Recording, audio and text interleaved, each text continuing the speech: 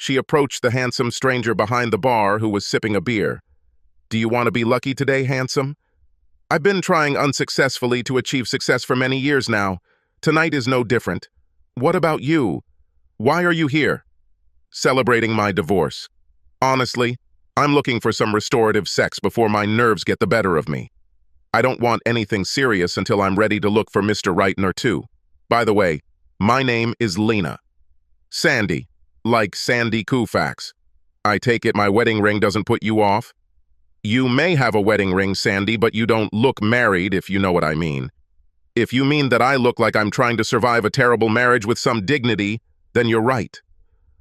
Why don't you just divorce her?" "Finance. I can either divorce her and support her and her lovers while I'm poor, or I can stay married and support her and her lovers while I have some money. Well, in my case, Sandy, my ex-husband found a girl with big tits and more money than I make. I suppose getting half is no big deal, but I didn't lose anything I valued. So, are we soulmates enough to go to your house or motel and exchange bodily fluids? Well, it so happens that I have an SUV in the parking lot. It has tinted windows. There is no back seat. There is a comfortable air mattress there, and I have baby wipes to clean up later. Damn it, you came prepared. Sandy, I'm looking for lust in all the right places. Why waste time on a regular date dance?" Sandy threw $20 on the table and followed her to her car. "Do you want me to use a condom? I am clean. You wouldn't lie to me about being clean, would you?" "As far as I know, I'm clean. If I were still having sex with my wife, I wouldn't be able to swear to it now. I think it sounds quite tempting. As for the fear of pregnancy, I take birth control pills, so we are 97% protected from this problem. I'll play those odds any day. So, Lena, how was it for you?" "Oh, Sandy, it was the best sex of my life. You touched me where no man had ever been. You ruined me for someone else. Woe is me. Good girl." They both laughed. "Seriously, Lena, how do you feel now in the role of the other woman? Actually, I was just thinking about this. It's not really like I'm helping you cheat. Do you feel like you're cheating on your wife? More like getting even." "By my count, I'm about 1,000 times further away from matching what she did. I don't think I can help you even in one evening, no matter how interesting it might be to try. Although I'm pretty sure I can get you one more round closer to your goal tonight." Their second sex of the evening was slower and much more loving. Neither of them knew exactly what to say next. They both seemed afraid to say words of love in the afterglow that would reflect feelings they might disagree with tomorrow. They dressed in silence. Getting out of the SUV, Lena said that she was going home. Sandy felt he had to say something. "Hey, if you need company, call me. I even liked it, baby." "Wow, Sandy, talk about a ringing endorsement. If I'm so good at sex, then maybe I'll have to start charging." "Sorry, I couldn't resist sarcasm. Sandy, honestly, I enjoyed being with you. It felt good to have sex with someone decent and without any hidden agenda. In fact, I wouldn't mind a rematch at all." "Damn it, girl. If you're going to get so sentimental, just forget it." They laughed a little and then gave each other a scorching kiss. "Good night." Obviously, this was meant to last in hopes of next time. Sandy went home, or as he called it, to the house where he and his wife sometimes lived together. He was oddly pleased with how the evening had gone. Lena strengthened his hope that somewhere there are nice women who are not talked about. He lay down in bed and remembered the sight, touch, smell, and taste of Lena's body. Sleep came quickly. The next morning, Sandy went downstairs to make coffee. While the coffee was brewing, his wife Carrie came in. She looked like she had drunk too much and been too abused. She looked at him and asked, "What the hell are you looking at?" "I refuse to answer on the grounds that the truth could lead to my death." "I suppose you find this funny." "Aren't you going to ask what I've been up to all night, my dear horny hubby?" "I think it's pretty obvious what you've been doing." "Let me guess. I would venture to say that you are probably intoxicated from alcohol and perhaps from some other substances that are prohibited without a prescription. You must have danced a lot, and some of the dances actually involved clothes. So did I guess correctly or not? Well, smart guy, you're wrong. I didn't dance, whether I was dressed or not. I just spent the night with a dozen men of different ethnic backgrounds. I let them do as they wanted, and there's nothing you can do about it unless you want extra seconds. I'm working on it. What the hell is that supposed to mean? I would explain it, but your two remaining brain cells don't seem to be communicating coherently right now. Why don't you go get some sleep while I go to work? Before you go, where's the Tylenol? It's in the damn first aid kit, just like it always is. You don't have to be sarcastic about it. Yes, darling. Fuck you.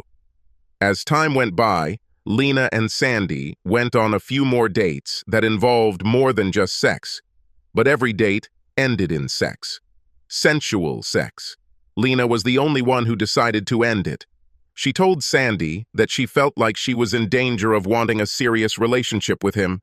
Lena also felt more and more that she was truly becoming the other woman in Sandy's marriage, especially since Sandy mentioned the lack of progress towards the divorce. He seemed to be in no hurry, if at all, to do anything. Sandy said he understood her concerns and asked if she wanted him to call her if anything changed. Lena had little hope, but she believed in never saying never.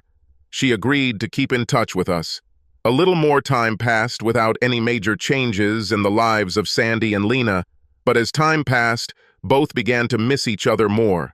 It became increasingly difficult to hide my feelings in calls. Sandy was watching TV when the doorbell rang, followed by someone knocking. He opened the door and saw two policemen waiting there. "Good evening, officers. What can I do for you?" "Are you Sandy Jackson?" they asked. "Yes. Do you have a wife named Carrie Jackson?" "Unfortunately, yes." This answer took the police by surprise. "I'm sorry to tell you, sir, but your wife was killed last night." "Really? How? Car accident?" "I hope not. We just bought her a new car." "No, she was shot." "Mr. Jackson, you—" "Sandy, as in Sandy Koufax." "Mr. Jackson, excuse me, Sandy. You don't seem very surprised or at least a little upset by this news. Maybe it would be better for you to come with us to the station and answer a few questions." "Am I a person of interest? I always wanted to be an interesting person. I often watch reruns of Law and Order. Lenny is my favorite character of all time. Anyway, from what I learned from watching, the husband is always the prime suspect. We're talking about murder, aren't we?" "Yes. This is being investigated as a homicide." "Let me get my jacket." He did so, and they drove off with him in the back of a police car.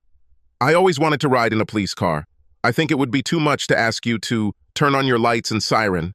I would love to give my neighbors something to gossip about." They refused. At the police station, Sandy was taken to an interrogation room. He sat down at the table and waved to the unknown people behind the two-way mirror. After some time, a man and a woman in civilian clothes entered. "Who is a good cop and who is a bad one?" the male officer replied. "I wish those damn cop shows never mentioned that." He paused. "Mr. Jackson, I'm Detective Bennett, and this is Detective Armbruster. We'll ask you a few questions about your wife's murder. You are not under arrest, so whatever you say is of your own free will. If you want an attorney present, then we will stop asking questions and decide whether or not to charge you with a crime. Have I made myself clear?" "Crystal, that's what you guys say, right?" Sandy's comment was ignored. "Even though you are not arrested." "I know. I am a person of interest. Are you done with cop show cliches yet? I must tell you that what you tell us must be true. If you lie to us, you might be accused of lying to the police." "Oops, sorry. Can I start the interview, please?" "I apologize. It's just that my life is usually boring and this is exciting for me. You think I killed my wife. So you think being accused of murder is exciting? Don't you feel any remorse for the loss of your wife?" "No. I lost her a long time ago. I feel bad when someone dies, but the truth is that Carrie was a terrible lying bitch. Tell me, how did my dear wife die?" "2 shots to the back of the head." "Sounds like a professional hit to me," Sandy interjected. "Could you please provide the forensic report to the police?" "But yeah, it does look like a professional shot." Well, I'm not a professional assassin. I wonder if there is a school here where you can learn this craft. In any case, I think I could hire one of them. Are they listed in the telephone directory? No, smart guy. But you know someone who could find him. Petro Marconi. Petro, my childhood friend. With connections in the mafia. Yes, this is perhaps the most interesting thing in my personal history. A friend with connections in the mafia.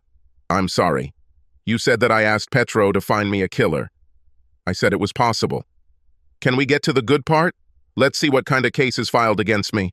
I definitely had a motive. I hated her, and she threatened me regularly. Powith about Pandit Sizzlin Nim with a financial point of view divorce. I had the opportunity because I was at home watching TV and no one could confirm it. You probably already know that I do not have a registered weapon. What kind of gun was this? Is this what the TV shows say the pros use for headshots? Sure, I could buy an illegal gun, although both legal and illegal guns are becoming increasingly difficult to find now that anti-Second Amendment liberals have taken over. I would be glad if you would check my hands for traces of gunpowder. Of course I could wear gloves. Yes, my old friend hired someone through his mafia connections to kill her and get rid of the gun. This seems like a sure thing that I could be convicted of. Are you going to arrest me right now? I didn't bring any extra clothes with me to spend the night here. Female Detective Armbruster commented, "You are a strange person." Thank you. I have to say, Ms. Armbruster, if you're deliberately trying to act cool, policeman, then you're doing great. Her face turned crimson red with anger. That's enough, Mr. Jackson. Right now, I think we have a pretty strong case against you for murder and attempted murder. Wait, how can I be accused of murder and attempted murder of the same person? Killing someone in some way involves trying to do it in the first place, doesn't it? I was talking about her lover, who was also shot and is now in critical condition in the hospital. Wait here, detective. Nobody told me that my lover was shot. Who was this lover? Did she have more than one? Sandy nodded his head. The guy who was shot was her trainer from Planet Fitness. They were in the parking lot, in the back seat of her car. He was shot several times in the genitals. He lost a lot of blood before the paramedics got to him. Crap. They were shot in her car. Damn it, do you have any idea how difficult it is to remove bloodstains from upholstery? I'm not. I hope I don't have to replace the back seat to be able to sell her car. Sorry. I lost track of the conversation. So, if I understand correctly, detectives, you are saying that I killed my wife and castrated one of her lovers using bullets. The biggest flaw I see so far in your case against me is the number of possible alternative culprits. What about the wives and girlfriends of all married men? With which did she have sex? What about the couple's other lovers, who may have wanted revenge for her taking on a new lover? Considering the number of men my wife has cheated with, I'm afraid your pool of suspects may be much larger than you first thought. There are a lot of people you'll need to talk to and check their alibis, given the many, love the word, jealous lovers, lovers' wives, and girlfriends. I'll give you a list of all the lovers I know of. There were a couple of women she used to troll with that I included on the list as well. They should be able to give you many more names. After I provide you with this information, why don't you work on narrowing down your list of possibilities before calling me back? Can I go home now? And please let me say this. Don't leave town. Sandy was surprised by the number of people who came to the conclusion that he actually killed his wife. Most knew that his action would have been justified. But of course, even in this post-etiquette world, it was considered impolite for people to directly ask him, "Well, did you kill her?" As if someone facing the death penalty or life in prison, if convicted, would say if he did. He stuck to the standard answer, "No, I didn't do it, but I'll be happy to buy a drink for the person who did." Then he usually added, "I'm lying. I would buy a whole case of beer for the guy or girl who killed her." It became a waiting game. Nothing could happen regarding her inheritance or her life insurance until her killer was found and convicted. If it had been Sandy, he would not have been allowed to inherit. Without Carrie's income, Sandy had to be much more frugal, although it wasn't much different because Carrie spent most of the money she made on booze and boyfriends. Lena noticed Sandy's absence from the bar they frequented. The bartender informed her of his predicament with the law. She called Sandy, expressed her condolences, and gave him a six-pack of his favorite beer. He refused and explained that he didn't want people to know they were lovers because it might make her a suspect in killing his wife so they could be together. Lena laughed. Now I see the newspaper headlines. The other woman did it. Don't laugh, Lena. Your confession could have been wiretapped, which I assume the police installed on my phone. She's just playing tricks on the officers. Oh shit. Then I guess I need to get rid of the murder weapon immediately. They both laughed again. Lena, thank you for the kind thought. I truly appreciate it. God, I really missed you. So, bring me up to speed. How's your dating game going lately? Any sign of Mr. Right number 2? No, Mr. Right from any number. My personal life is on life support, although it hasn't quite leveled out. However, my dildo complains of overuse. I'm getting to the point where maybe it's time for me to be less picky about finding the right man to settle down with and have kids with before I get too old. Know anyone stupid enough who might be interested in me? Well, unless I get the death penalty or life in prison, I'm stupid enough to be interested in at least getting an answer from you. At least we know we are sexually compatible. We know this for sure. Changing the subject. Did they say anything about arresting you? Not yet. I'm afraid it will take a miracle for them to find the true killer in the haystack created by Carrie's affairs. It's looking more and more like I'll be the most likely suspect and they'll decide to prosecute me just to try and convict someone. It's a pity that the coach died. Perhaps he could identify the shooter. Okay, Sandy. I just wanted you to know that I'm here for you and I don't care what other people think about us except you. Although sometimes I'm not too sure about you. Thank you, Lena. This means a lot. Not quite a lot, but a lot. They both ended the conversation wishing they had said something more meaningful, like I love you. Sandy's prediction came true. None of the possible suspects in Carrie's group of girlfriends and wives of lovers had as high a likelihood of being the killer as he did. His trial began almost exactly 6 months after Carrie's death. Sandy did not testify. His honesty about how he felt about his promiscuous wife had the potential to increase the chances of his conviction. His lawyer based Sandy's defense on numerous other potential criminals who also had motive and opportunity. As he cross-examined the detectives, Sandy's lawyer asked how many women were on the list of possible revenge-minded suspects. There were about 100 of them. The jury was amazed. Then he asked, how many of these suspects didn't have an alibi for that night? The answer was 38. And again, the jury was shocked. The lawyer then asked, are you sure you have identified the names of all the men with whom Mrs. Jackson had sex? The detective looked upset and said, there were several men there. Mrs. Jackson allegedly had sex with people we knew only by name and could not locate to interview them, their wives or girlfriends. The district attorney said, oh no. The detective was surprisingly honest when asked why Mr. Jackson was chosen to prosecute rather than the other lovers or their spouses. He said, you'll have to. Ask the district attorney. I think Mr. Jackson was the most likely suspect. The district attorney looked at the detective with a look that could kill. Sandy sat in limbo for 3 days while the jury deliberated. Finally, the judge declared a mistrial after the jury was stuck on an 8-4 guilty-not guilty vote over the final 2 days of voting. The district attorney decided not to sue Sandy anymore.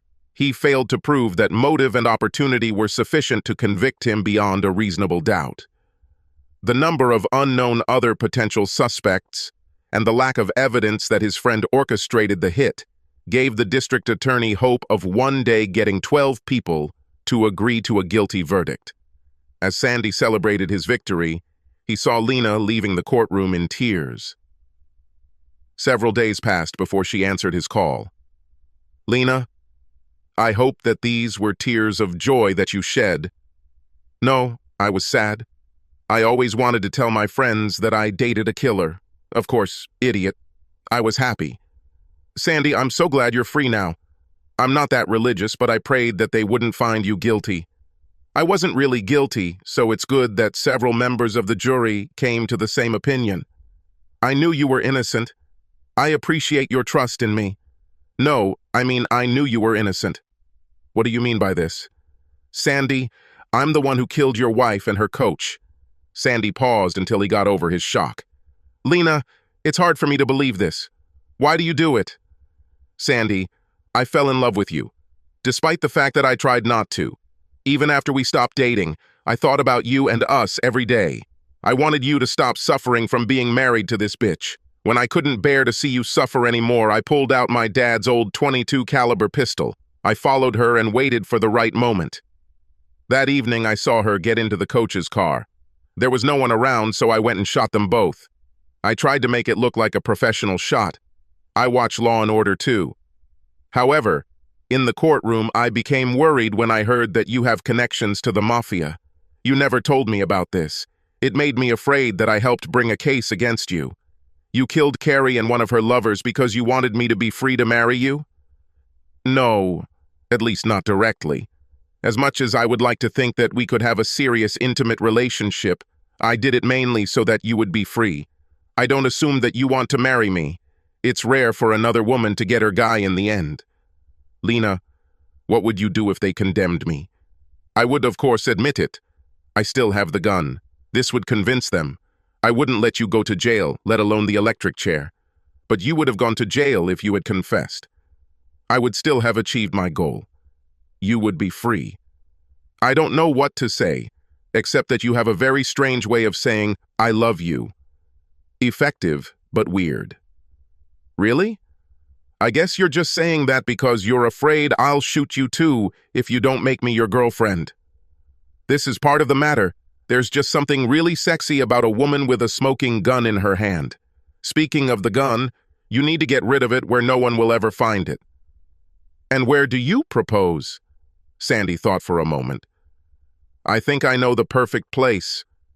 It was past midnight when two figures got out of the car and walked towards Carrie Jackson's grave. It was a straight, flat shovel that made the least amount of mess in the grass where he was making a mini grave for the gun.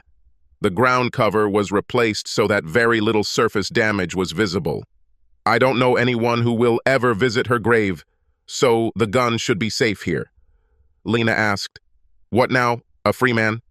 Sandy put his arm around her waist and said, It's time to exclude you from the category of other woman.